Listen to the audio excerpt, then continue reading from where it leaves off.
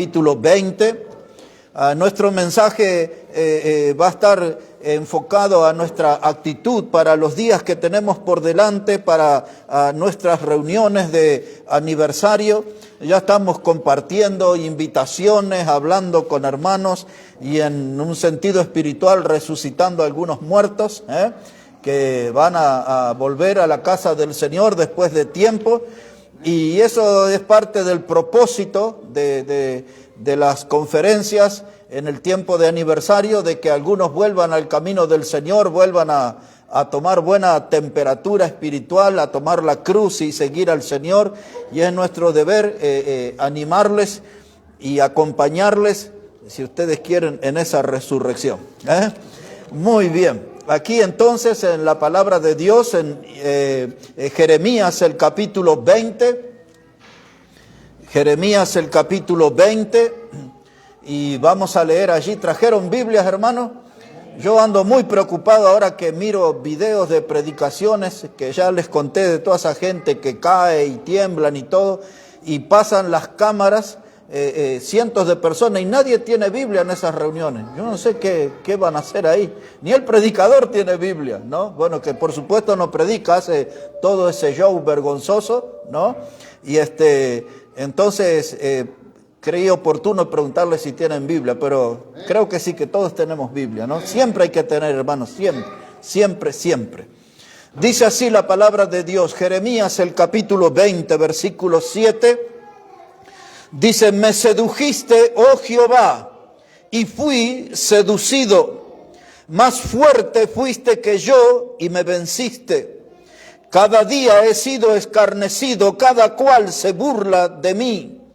Porque cuántas veces hablo, doy voces, grito, violencia y destrucción.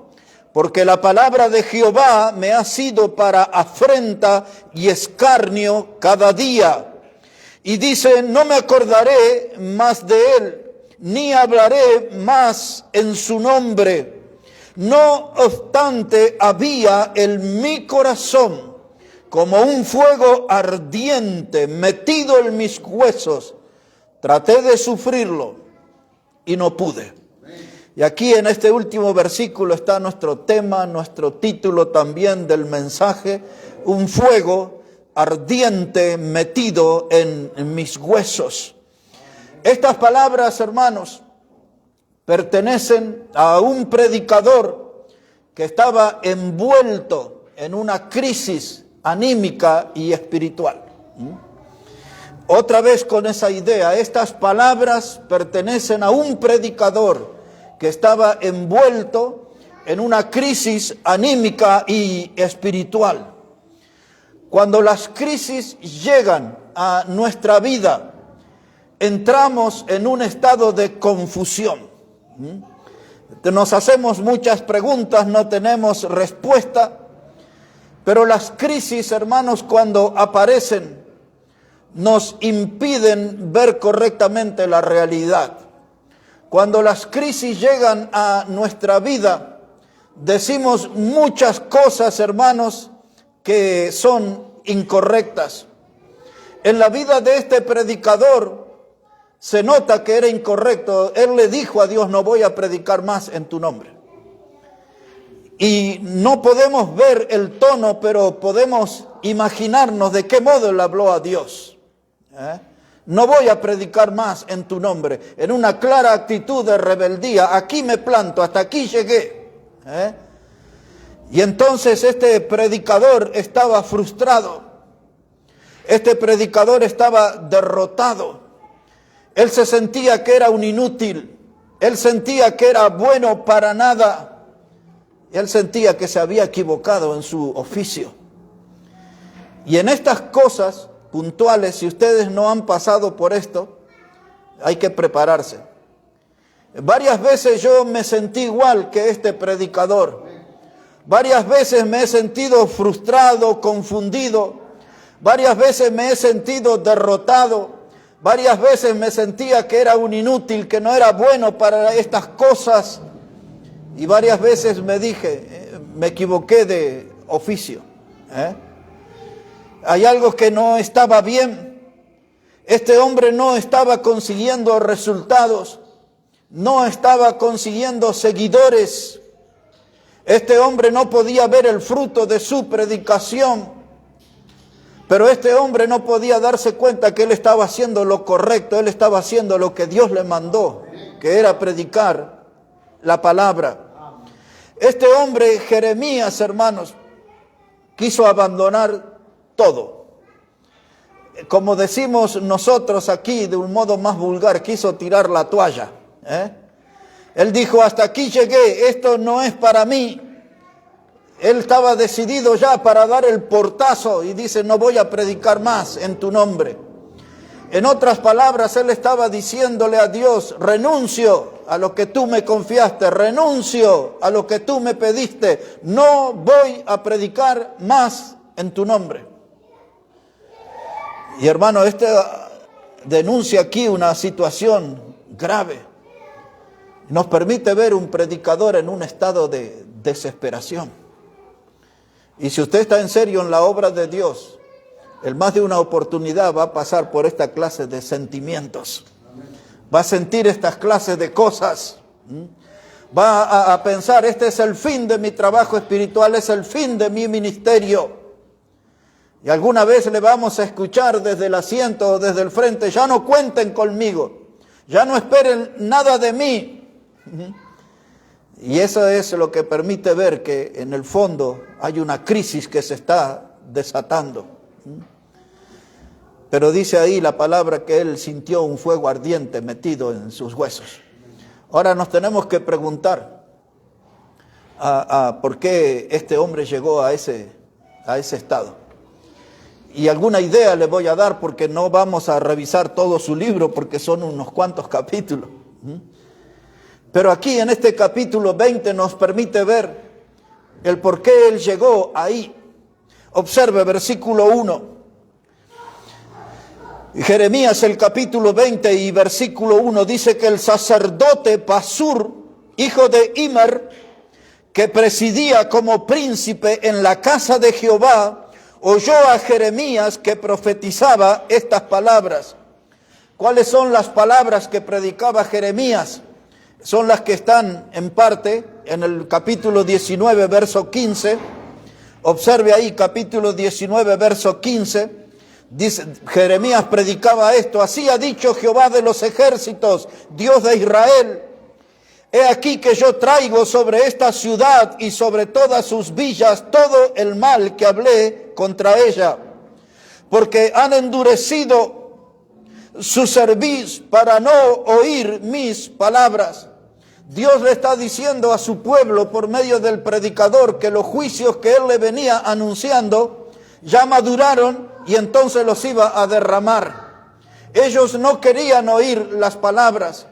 Cuando usted lee en el capítulo 2, dice, 2 males ha hecho mi pueblo, una que se han olvidado de mí, dice Dios. Era una de las 2 cosas malas que habían hecho.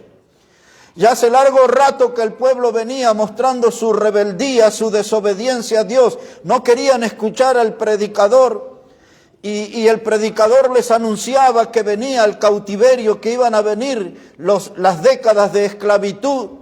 Pero nadie quería corregir su camino, nadie quería cambiar su corazón. Y entonces era más fácil tratar de callar al predicador. Y aquí aparece en este capítulo 20, verso 1, este hombre llamado Pasur.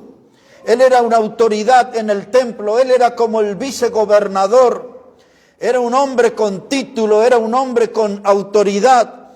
Este hombre Pasur, hermanos, lo que hizo fue mandar a golpear a Jeremías. Y seguramente que uno de esos golpes habrán ido a la boca del predicador, porque la intención de ellos era callar al mensajero, porque no querían que el pueblo escuchara el mensaje de Dios. Y en ese enojo de este hombre Pasur, mire lo que él hace, versículo 2, capítulo 20, verso 2. Dice, y azotó Pasur al profeta Jeremías y lo puso en el cepo que estaba en la puerta superior de Benjamín, la cual conducía a la casa de Jehová. Y el día siguiente Pasur sacó a Jeremías del cepo. Cuando dice la palabra aquí, y azotó, pensamos en Pablo y pensamos en Silas y pensamos en nuestro Señor, que cuando la Biblia dice que ellos fueron azotados era una referencia a un castigo con el látigo de 40 golpes menos 1, dice la Escritura. Así que parece que a esa clase de castigo lo sometieron al profeta Jeremías y luego lo pusieron en el cepo. El cepo había diferentes, algunos eran como en forma de cruz y la persona estaba encadenada a la pared. Otros estaban encadenados a unos maderos en el piso.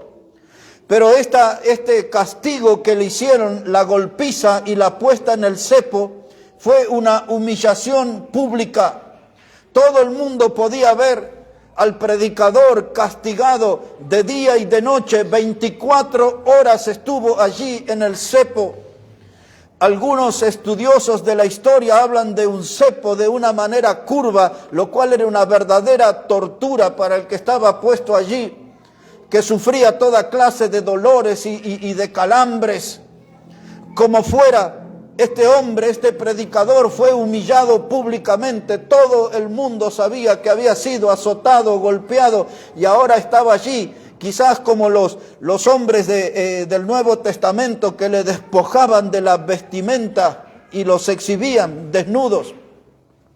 Después de estas tremendas golpizas, lo azotaron a Jeremías y lo pusieron en la cárcel.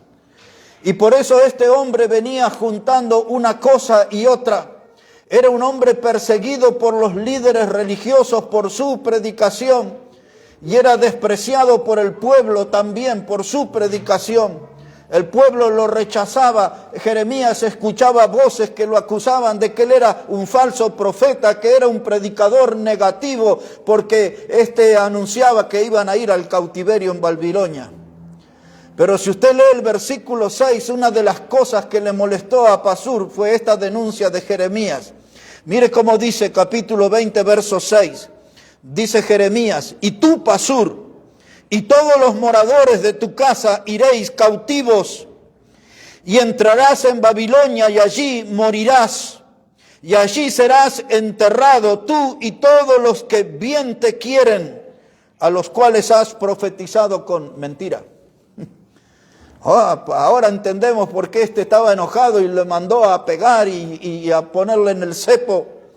Porque también en la prédica de Jeremías estaba la acusación para aquellos falsos profetas, promotores de mentira, que estaban alimentando al pueblo con una esperanza falsa, con palabras que no venían de Dios.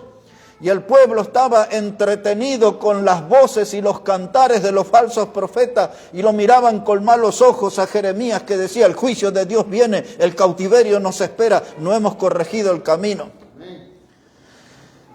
Y esa historia vuelve a repetirse en el tiempo y hasta nuestros días. Los falsos profetas son aprobados, y la gente ahí se rinde a sus falsas prédicas y sus mentiras y los corona con dineros y los hace hombres y mujeres prósperos, pero son toda esa gente, hermano, promotores del error. Como dijimos, es un sistema de culto que ni siquiera usan la Biblia. Ahora, hermano, esta humillación pública fue la gota que rebalsó el vaso. Y Jeremías dice: hasta aquí llegué. No voy a predicar más en el nombre de Dios. Y él usa una palabra ahí extraña para este contexto. Él le dice a Dios, en su enojo, Jeremías, le dice: me sedujiste. Y eso habla de palabras que un varón le dice a una mujer para llegar al casamiento. O sea que en otras palabras Jeremías le estaba diciendo a Dios: me pintaste algo bonito, que mi ministerio iba a ser algo lindo, y mira cómo me encuentro. Y ahora me insultan, y ahora me castigan, y ahora me ponen preso, y ahora me desprecian, y no tengo frutos, y no tengo nada. Y entonces ahí él entró en esa crisis. Pero había algo que Jeremías tenía que recordar, y que yo quiero que todos nosotros recordemos hoy. Por si estamos en una crisis, o si vamos a estar en el futuro en una crisis de esto es importante recordar que Jeremías estaba en ese lugar por un llamado de Dios. Y nosotros estamos en este lugar por un llamado de Dios. Y cuando Dios nos llama, nosotros no podemos abandonar el lugar que Dios nos llama. Sí se puede abandonar, pero nada va a andar bien, nada va a funcionar a nuestro alrededor. Y ya sabemos eso por la Biblia y sabemos aún por gente de nuestro tiempo. En tiempos de crisis como este que pasó Jeremías, es bueno recordar palabras como la que Dios le dijo a Josué: esfuérzate y sé valiente, esfuérzate, no temas, no desmayes, donde quiera que vayas iré yo, estaré ahí contigo. Recordar esa voz de Dios, la palabra de Dios, la promesa de Dios, que en los tiempos difíciles de tormenta, de fracaso, de frustración, Él está a nuestro lado, Él no se mueve. Solamente que esos tiempos difíciles no son tiempos de abandono, son tiempos de esfuerzo, de redoblar el esfuerzo, porque la presencia de Dios sigue a nuestro lado. Dios le llamó a Jeremías al ministerio. Él no podía dejar el ministerio. Vamos a recordar cómo fue ese llamado. Capítulo 1 de Jeremías, si podemos ir un momento ahí. Jeremías, el capítulo 1. Mientras vamos recordando quizás el día y el lugar en que Dios nos llamó, no tenemos que olvidar el día y el lugar cuando Dios nos salvó y cuando Dios nos llamó y cuando Dios por medio del Señor Jesucristo nos hizo miembros de su familia y de la herencia de la vida eterna. Aquí en el capítulo 1 de Jeremías está su llamado. Versículo 7. Dice la palabra de Dios así. Les voy a leer desde el 4 ya, versículo 4. Vino pues palabra de Jehová a mí diciendo: antes que te formases en el vientre te conocí, y antes de que nacieses te santifiqué, te di por profeta a las naciones. Y yo dije: Señor Jehová, he aquí que no sé hablar, porque soy niño. Y me dijo Jehová: no digas soy un niño, porque a todo lo que te envié irás tú, y dirás todo lo que te mande. No temas delante de ellos, porque contigo estoy para librarte, dice Jehová. Y extendió Jehová su mano, y tocó mi boca, y me dijo Jehová: he aquí he puesto mis palabras en tu boca. Ahora aquí hay un hecho muy especial. Dios le está haciendo conocer a Jeremías desde que él estaba en el vientre de su madre. Antes dice: yo te elegí por profeta a las naciones. Ahora eso, hermano, esa frase no es válida para todos esos predicadores que andan diciendo eso. Que ellos aplican a todos eso. No, hermano, esto está a Jeremías. Dice: a ti te elegí. Pero sí ese texto nos permite recordar que Dios a nosotros nos llamó con una misión especial que fue mencionada aquí, de ir por todo el mundo y predicar el evangelio a toda criatura. Ese es parte del propósito de la salvación que tenemos en Cristo, de anunciar el mensaje del evangelio. Y dice Dios: no temas, dice, porque yo voy a poner mi palabra en tu boca. Y Dios le dice: tú predicarás mi palabra. Todas esas cosas son recuerdos para nosotros de cómo tenemos que conducirnos. Predicar la palabra de Dios, la palabra que Dios pone, la palabra que Él nos manda. No somos distribuidores de ideas personales, somos mensajeros de la palabra de Dios. Y de ese molde no debemos salir, hermano. Mensajeros de la palabra de Dios. Dios recuerda cómo lo llamó a su hombre para ser un predicador a las naciones. Pues a nosotros también nos dijo: ir por todo el mundo, a las naciones, y predicar el evangelio a toda criatura. Ahora, mire, hermano, la lucha de este hombre, del predicador de Jeremías, su campo de batalla era la mente. Y a veces nosotros vamos a tener una lucha en nuestra mente. Y una lucha fuerte en nuestra mente. Y esa lucha se vuelve una tortura. El apóstol Pablo cuenta la experiencia en Romanos capítulo 7. ¿Se acuerda cuando él decía? Dice que el mal que no quiero hacer, eso hago. Y él dice que con mi mente yo sirvo a la ley de Dios. Pero encuentro en mi cuerpo otra ley, en mi miembro, dice él, en mis miembros, otra ley que sirve a la ley del pecado. Y en esa batalla que se desarrollaba en la mente, Pablo dice, miserable de mí, ¿quién podrá librarme de este cuerpo de muerte? Y hermanos, entonces en ese capítulo 7 a los Romanos del verso 15 en adelante, Pablo habla de una batalla. Y esa batalla, el campo donde se desarrolla es la mente.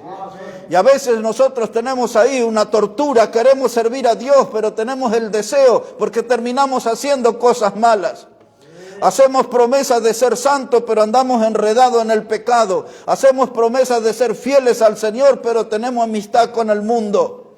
Y hermanos, al final nos sentimos como Pablo y quizás en la soledad decimos igual que él, miserable de mí. Miserable de mí. Todo me quedé con el intento, con las intenciones. Nunca hice nada para Dios. Y nuestra mente se vuelve una tortura.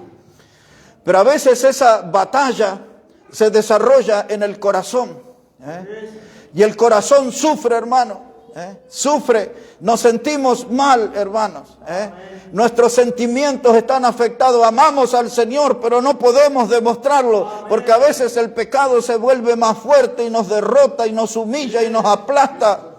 Y quizás como Pedro miramos al Señor y lloramos amargamente. Miramos al Señor recordando su sacrificio, pero al igual que Pedro, estamos en el fuego al lado de los enemigos del Señor. Y nuestro corazón sufre. Y a veces el campo de batalla es nuestra alma. Mire de qué lugares le estoy hablando. De la mente, del corazón, de nuestra alma. Todos tenemos esas tres cosas, ¿no? Y a veces, hermano, cuando esa batalla se desata en nuestra alma, sentimos un enorme dolor. Y decimos, me duele el alma, porque quiero hacer cosas para Dios, pero no lo logro. Hace mucho que me propuse servir al Señor, no lo logro, me duele el alma. Hay cosas que me superan, que me vencen, y entonces entro en esa crisis como Jeremías y le digo, Dios, hasta aquí llegué, ya está, dejo todo. No voy a predicar más en tu nombre. Pero Dios le dice, tienes un llamado. Fuiste llamado. Y vas a ser un predicador a las naciones. Hay un salmo, yo creo que es el 138, verso 8, que habla, dice que Dios cumpla su propósito en mí. Y Dios, hermano, quiere que nosotros prediquemos. Dios conoce de nuestras crisis, conoce de nuestras flaquezas. Dios sabe que es el pecado que muchas veces apaga el fuego en nuestra vida. Nuestro pecado. Y nosotros tratamos de poner excusa y encontrar otros culpables, pero es nuestro pecado lo que nos deprime, lo que nos desalienta, lo que nos roba las fuerzas, es nuestro propio pecado. Es nuestro pecado lo que nos voltea y nos encuentra por el piso muchas veces, ¿no? Es nuestro pecado. Pero hay un llamado. Dios nos llamó, Dios nos salvó. En la prédica del jueves, en un tramo, dije, Dios, hermano, cuando nos llamó, nos salvó, nos santificó y nos hizo siervos, salvos, santos y siervos. Esa es la síntesis. Y un día Dios llamó a Abraham. Y la historia esa está en Génesis, el capítulo 12, que solo lo recordamos. Y Dios se plantó, Abraham, de aquel hombre que lo sacó de una población pequeña que se llamaba Ur de los Caldeos. Y él le dijo a Abraham, tienes que dejar tu tierra y tu parentela, ir a la tierra que yo te mostraré. No le dio un mapa, no le dio una pista, no le dijo la tierra queda por aquí, por allá. No solamente le dijo eso, tienes que dejar tu casa, tu tierra, tu parentela. En otras palabras, le está diciendo, deja todo tu mundo material, tus carpas, tus ganados, lo que tengas, deja todo eso. Tienes que dejar los afectos, tu papá, tu mamá, tus hermanos, tienes que dejar todo y tienes que ir a la tierra que yo te mostraré. Y dice Génesis capítulo 12, verso 3, y salió Abraham detrás de Dios. No le hizo ninguna pregunta, pero ¿a dónde? ¿Qué hago? ¿Llevo frazada? ¿Llevo la valija? ¿Qué llevo? Solamente Abraham dijo, Dios me llamó, yo me voy tras él. Hay un llamado. Hermanos, cuando estaba en el desierto de Madián, Moisés, y vio que aquella zarza ardía, y Dios le llamó de la zarza ardiente, y empezó a decirle, saca ahí el calzado de tus pies, el lugar que tú pisas santo es, y le empieza a dar las indicaciones de cómo él iba a ser el libertador de su pueblo, de la esclavitud de Egipto. Dios lo llamó a Moisés, y Moisés no podía abandonar el ministerio por los 40 años que cruzó el desierto, porque fue llamado por Dios. Abraham fue llamado por Dios, caminó por Dios, y la Biblia dice que Abraham era amigo de Dios. ¿Y quién dice? Es Dios mismo. Dios dice, Abraham, mi amigo. Gente que caminó en el llamado. Y cuando Dios lo llamó al profeta Elías y le dijo, allí vas a tener tu seminario, tu tiempo de preparación junto al arroyo de Querib, ahí hay una cueva. No es como esos predicadores modernos que andan exigiendo hoteles 5 estrellas y comidas refinadas. Le dijo, vos andá allí a la cueva, ¿Y qué clase de agua mineral me vas a dar? Villavicencio, la del Mundial, ahí tomaste agua del arroyo. ¿Y cuál es la comida? ¿De qué restaurante va a venir? Ahí vas a ver unos cuervos, te van a traer pan y carne. Y tú ahí, ese va a ser tu escuela, tu seminario. Yo te llamé al ministerio, ahí te vas a preparar. Y luego vas a salir a dar el mensaje. Y luego en esas idas de la vida lo encuentra a Eliseo, que estaba trabajando con los bueyes. Y cuando Elías pasó allí, le tiró su manto de profeta sobre Eliseo y le pidió que lo siga para ser siervo de él. No le dijo, vení, vas a ser el predicador. Ni siquiera le dijo, el que vas a juntar las ofrendas después de mis predicas. No, vení para ser mi servidor, mi siervo. Y Eliseo notó que ese varón de Dios tenía la palabra de Dios y ese llamado venía de Dios, y fue, hermano, y mató los bueyes y dejó uno y comió un asado con todo el pueblo. Eso es lo que hizo Eliseo. Y le dijo a la familia, me voy con el varón de Dios, me voy con Elías. Y hermano, fue y quemó las maderas del arado para decir, nunca más voy a volver a la vieja vida. Ya no tengo los bueyes, ya no tengo el arado, ahora voy a ser un predicador, tengo un llamado. Y milagros enormes hizo Eliseo en su ministerio. Aquella hacha, el hierro que se hundió y flotó. Aquel guiso, cuando la gente gritó, hay veneno, hay muerte en esta olla. Y ahí puso un poco de harina y después todos comieron. Nadie murió, nadie se enfermó. Y grandes milagros lo que hizo Eliseo. Resucitó muertos. Tremendo. Hombre con un llamado. Había un hombre que era boyero. Un boyero era un trabajador dedicado a la agricultura, se llamaba Amós. Y en su libro, en el capítulo 7 del libro de Amós, Dios lo llama para ser un predicador. Y él le habla a Dios y como diciéndole, no te habrás equivocado porque yo soy un boyero. Él dijo, yo no soy profeta, ni siquiera soy hijo de profeta. No tengo estudios teológicos, Señor. Yo soy un boyero, yo vivo de la tierra y de los frutos silvestres. Y Dios lo llamó a ese hombre Amós y tenía el mensaje que tenía que dar, tenía que denunciar la corrupción de los jueces de la nación y tenía que denunciar la falsa doctrina de los sacerdotes y tenía que denunciar a los reyes y su corrupción. ¿Qué mensaje? Un boyero, un hombre de campo. Y ese hombre fue fiel al llamado y siguió al Señor. Y luego cuando entramos en los días del Nuevo Testamento, el Señor iba buscando sus hombres. Algunos los encontró a la orilla del mar y ustedes ya saben, dejen eso. Y ahora ya no van a ser pescadores de peces, van a ser pescadores de hombres. Y le seguía y lo vio a Mateo detrás de la mesa de los impuestos y le dijo, sígueme. No le dijo más nada, le dijo, sígueme, vamos, vamos. Y armó su equipo, oró toda una noche dice la Biblia. Oró Jesús y eligió 12 hombres, llamó a 12. Y esos eran sus predicadores. Cuando yo estoy en crisis, no tengo que olvidar que tengo un llamado de Dios. Amén. Dios nos llamó, Dios nos llamó. El meterme en el mundo de esta prédica que estoy compartiendo con ustedes me hizo recordar mis años de seminario, cuando yo no sabía absolutamente nada de la Biblia. Y escuchaba a todos mis compañeros debatir si había llamado o no, si el llamado era algo bíblico o no era bíblico y todo eso. Pero Dios fue llamando sus hombres, fue llamando su gente para que hablaran en su nombre. Y ahora estamos nosotros aquí. Y Dios nos salvó. Y Dios nos hizo una encomendación, le llamamos la Gran Comisión, ir por el mundo, predicar el Evangelio a toda criatura. Así que hermanos, aquí estamos hoy. Sábado, 14 de septiembre del 2024. Y necesitamos tener nuestra mirada en el aniversario, nuestro corazón en el aniversario. Nuestros pensamientos principales deben pasar por el aniversario. ¿Qué es lo que Dios va a hacer en esos días, en este lugar? ¿Cómo va a obrar Dios en esos días aquí, entre nosotros? Estamos pensando en el aniversario y alguien dice, ay, yo estoy en una crisis. Yo estoy como Jeremías, tengo ganas de abandonar todo ya. No quiero hacer nada. Quiero tirar la toalla, estoy buscando un lugar donde tirar mi toalla y decir abandono. Yo estoy esperando que se haga un silencio en el culto del domingo para pasar adelante y decir, hermano, renuncio a todas mis responsabilidades. Usted está en crisis, pero no se olvide, tiene un llamado. Amén. Dios lo salvó y Dios lo llamó. Amén. Así que va a tener que hoy mirar de un modo diferente.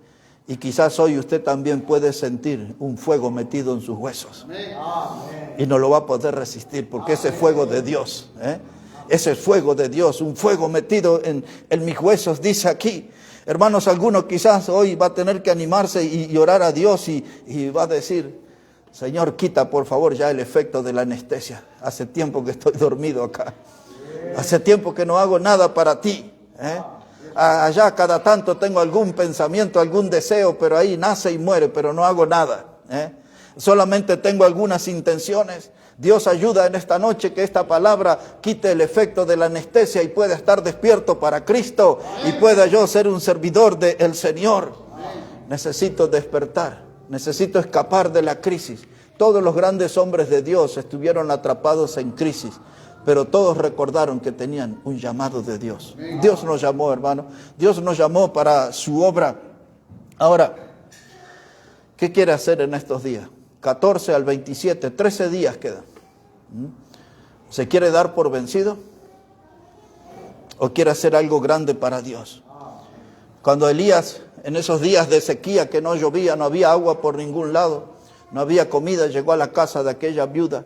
Y ahí andaba la mujer juntando unos leños y tenía un puñado de harina. Y Elías le dijo a la mujer viuda, le dijo, prepara primero un pan para mí. Y uno dice, ¿qué habrá pensado esa viuda? Estos predicadores son unos abusadores, miren, no tenemos nada. Y la mujer le dijo a Elías, estoy juntando estos leños, voy a hacer un fueguito, vamos a amasar un pan y nos dejaremos morir, le dijo la mujer. Y algunos de ustedes quizás dicen, yo estoy esperando la oportunidad, ya me quiero dejar morir, ya me di por vencido. Ya no voy a poder hacer nada para Dios. Pero por otro lado ponemos aquí en la mesa, estamos a 13 días, a 13 días donde nos empezamos nosotros, hermanos, a recordar el tiempo de que Dios nos salvó y comenzó a formar esta familia Maranata y nos trajo a esta comunión. Y aquí hemos estado aprendiendo la palabra y fortaleciéndonos y hemos sobrevivido todos estos años y hemos visto gente que se ha ido, pero hemos visto cómo Dios trajo nuevas personas. No puedo dejarme morir, tengo que trabajar. Hay un aniversario que quiero hacer algo lindo para Dios, algo grande para Dios. No me voy a dar por vencido. Esta predicación me puede ayudar a eso, hermano. Y ahora vamos a pensar, porque en algún rincón del alma, en los kilos de más quizás, o en la grasa que hemos juntado algunos, no todos, algunos están en buena línea, pero en algún rincón, detrás de alguna capa de grasa o algo, debe haber todavía un carbón encendido. Quizás algún carboncito que todavía humea, señal que Dios pueda dar aliento de vida y el fuego puede prenderse en nuestros huesos de nuevo. Y puede volver a reaparecer ese fuego en nuestros huesos y que vuelva el ánimo y el entusiasmo y las ganas de servir al Señor, hermano, y sentir, dice Jeremías, un fuego ardiente metido en mis huesos. No es una llamarada que pasó así nomás. Habla de un fuego que se mete en los huesos y ese fuego nos sacude y nos mueve y nos pone en acción. Y ese fuego transmite entusiasmo porque es un fuego que está encendido por Dios. Y cuando Cristo nos salvó se encendió la llama santa en nuestra vida. Y hermanos, y si nosotros hemos descuidado esas llamas, nuestro fuego se ha ido apagando, pues entonces, hermano, Pablo le dijo a Timoteo, yo te aconsejo que avives el fuego del don de Dios que está en ti. Y cuando habla del don de Dios, en ese contexto, esa expresión, quiere decir tu ministerio. Recuerde, la palabra ministerio es todo lo que tenemos que hacer por la gente. Eso es ministerio, todo lo que debemos hacer por la gente. Y ahora en esta noche, usted dice, yo iba a tirar la toalla, ya me iba a dar por vencido. Estaba esperando la oportunidad para decir que renuncio a mi responsabilidad. Y ahora Dios le dice, aviva el fuego ya en esta noche. Empieza a sentir en esta misma noche el fuego de Dios metido en los huesos. Le voy a llevar a un texto del Nuevo Testamento. Y no le voy a dar mucho más por esta noche, porque quiero que sea algo breve, pero bueno, algo que nos pueda ayudar a nosotros para los días que vienen. Les quiero llevar un momento a 2 de Timoteo, el capítulo 1. La segunda carta de Pablo a Timoteo en el capítulo 1. Los últimos mensajes estaban pasándose de la hora, ya estaba muy entusiasmado. Hoy quiero darle algo breve porque quiero que pensemos con claridad en los días que se avecinan en relación a nuestro aniversario y nuestra responsabilidad sobre las almas y lo que Dios va a hacer aquí en medio nuestro. Dice la palabra 2 de Timoteo, el capítulo 1 y el versículo 9. Yo tenía otra Biblia antes, que era del año 1980, y tenía subrayado ese texto, solamente el versículo 9 en un círculo. En esta Biblia no tengo ninguna marca, pero la Biblia dice exactamente lo mismo que en aquellos días. Dice, quien nos salvó y llamó con llamamiento santo. Quiero que note esa frase, nos salvó y nos llamó con llamamiento santo. Jeremías, Dios te salvó. No puedes dejar el ministerio, no puedes dejar la predicación, porque Dios te salvó y te llamó con llamamiento santo. Esto no fue un llamado a través de la radio, no fue un llamado a través de un altoparlante, no fue un llamado a través de el hombre que anda vendiendo en las calles y comprando en las calles y usa el micrófono. No, Dios te llamó con llamamiento santo.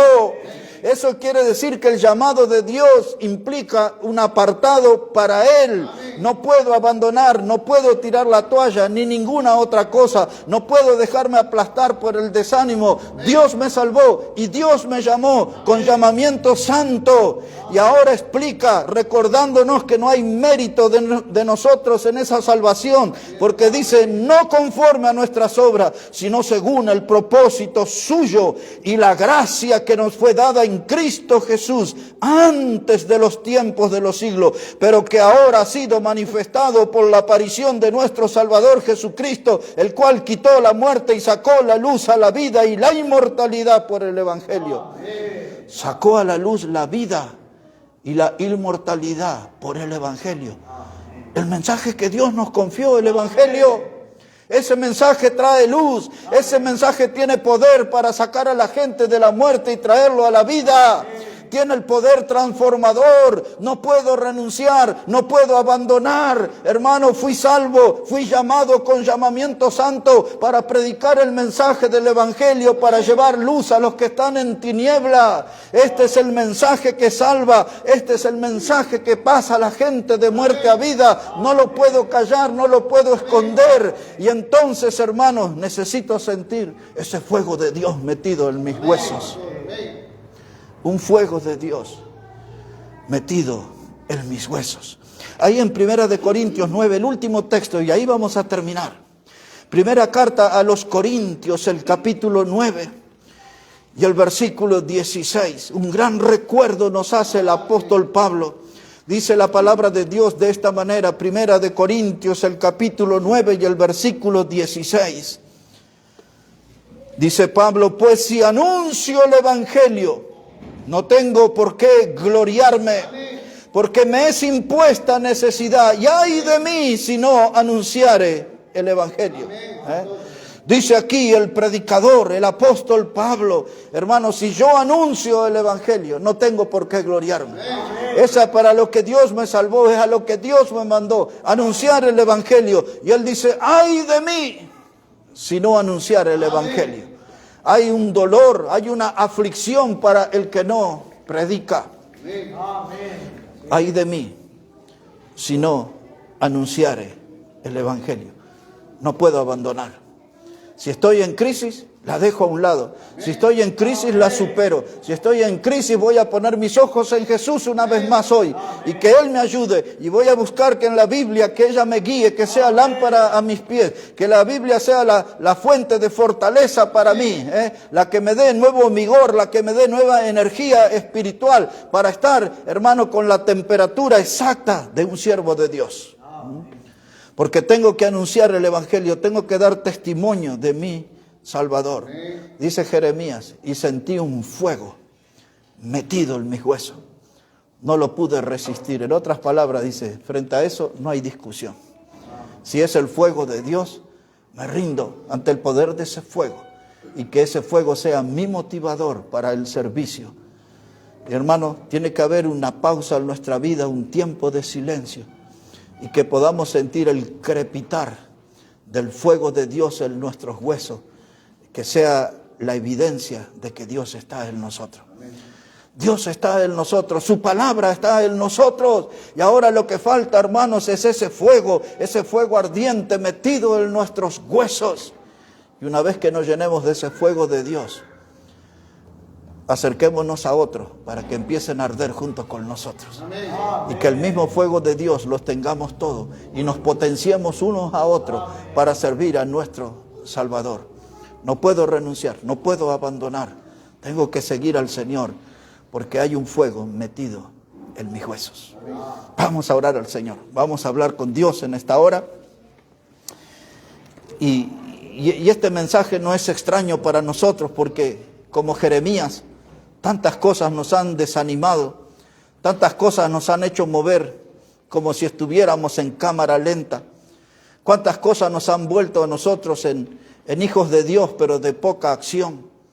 Ya no tenemos batalla, ya no tenemos heridas, no tenemos cicatrices, ya no hay casi nada, hermano, de que estamos peleando la buena batalla. Necesitamos de ese fuego de Dios metido en nuestros huesos. Y ese fuego y su presencia nos hace sentir que la vida vale la pena vivirla cuando el fuego de Dios está en nosotros. Damos gracias, Padre, en esta hora por tu palabra. Y gracias, Señor, porque tú siempre tienes ese poder de levantarnos cuando el desánimo nos golpea, cuando nos sentimos frustrados, atrapados en el fracaso. Siempre viene tu palabra con nuevas fuerzas para animarnos, para marcarnos el camino, para darnos ese empujón, para volver a la batalla, para volver a la acción.